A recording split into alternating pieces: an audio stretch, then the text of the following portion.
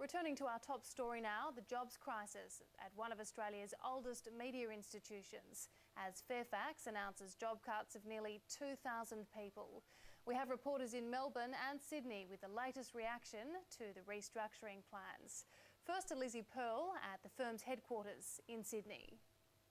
Well, there were tears here at Fairfax's Sydney newsroom, where today the media giant announced it would be cutting close to 200 staff as it moves further into the digital age. Now, as part of this announcement, Fairfax will also close 2 printing facilities, one at Tullamarine in Melbourne, the other in the Sydney suburb of Chullora, where more than 200 staff will lose their jobs. Now, the union says many workers found out they'd be out of a job while they were watching the news this morning, and many are still in shock. Well, because of the way that this announcement has been made, there's been no chance for the union to engage with Fairfax about whether there's redeployment opportunities in the Hunter Valley or in Wollongong, and what the process is going to be for these jobs.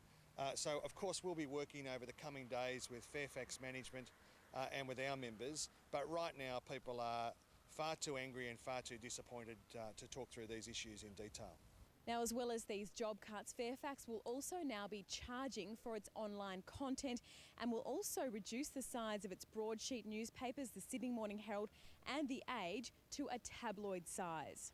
We're talking about 1,900 people who have just been told that they have a very uncertain future with this company, and that is, it's an emotional time, it's a difficult time. There have been tears on the newsroom floor, and we really don't know the full details, and we're asking that of management this afternoon.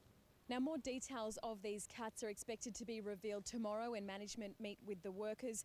A lot of these workers aren't surprised that these changes are happening. They are, however, surprised at how quickly it's come about. Now, these cuts are expected to generate Fairfax some $235 million annually.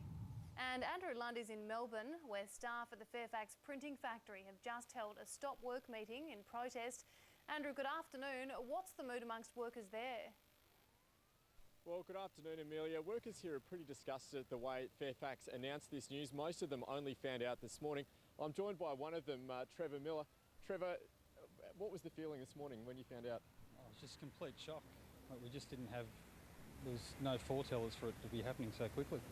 Now, this plant's only 10 years old. A lot of surprise that it's closing? Yeah, we would have thought that we had at least another 10 years here. Like, might have sort of slowed down a little bit, but we had a lifetime to leave.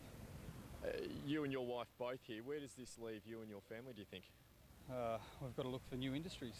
It's pretty hard. We've got 3 young kids and we've got to try and find money to live.